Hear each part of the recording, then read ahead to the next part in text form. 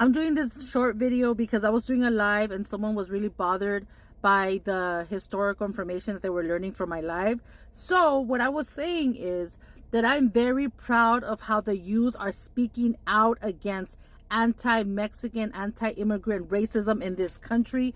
These are the youth who have survived the first Trump administration and watched and witnessed the escalated violence and hatred against our communities.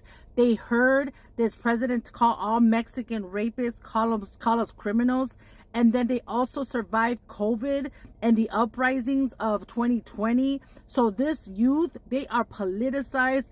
They are awake, and it is proud. I am proud to be woke. And I know that these youth are proud to be awake as well.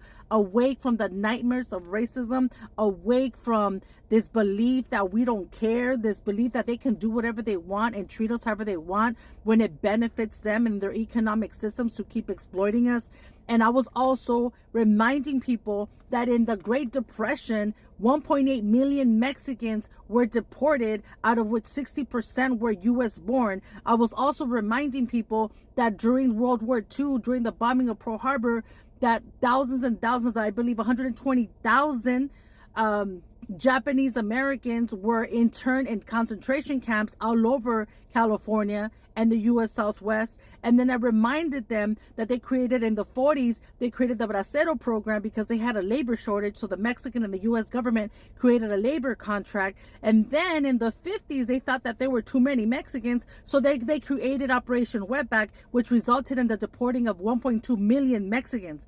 That's what I was talking about in my live. I was talking about the history of anti-Mexican, anti-immigrant sentiments in this country and how it has been racialized against people who look like me.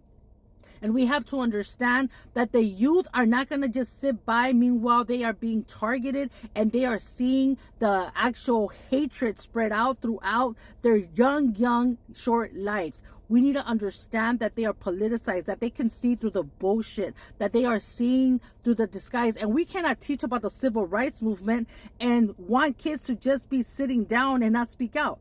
It's about speaking out. It's about teaching our children to speak out, that their voices matter, that what they have to say matters, that their feelings matter, that how they feel about what's happening right now that's impacting their communities, their grandparents, their parents, their neighbors, that they matter. So my live that was taken down from TikTok was about reminding the youth that you matter. Let me take a moment to speak to you. You matter.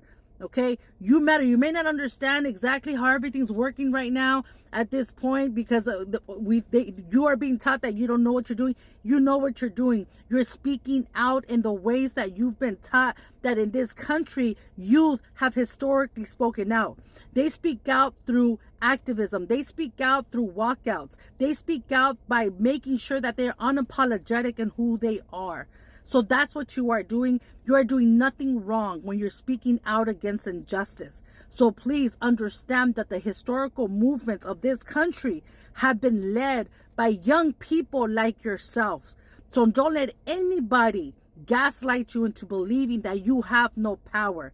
The power of young people in this country who will no longer be used as pawns into the system of white supremacy is amazing. It's beautiful, and we are witnessing it blossom right now.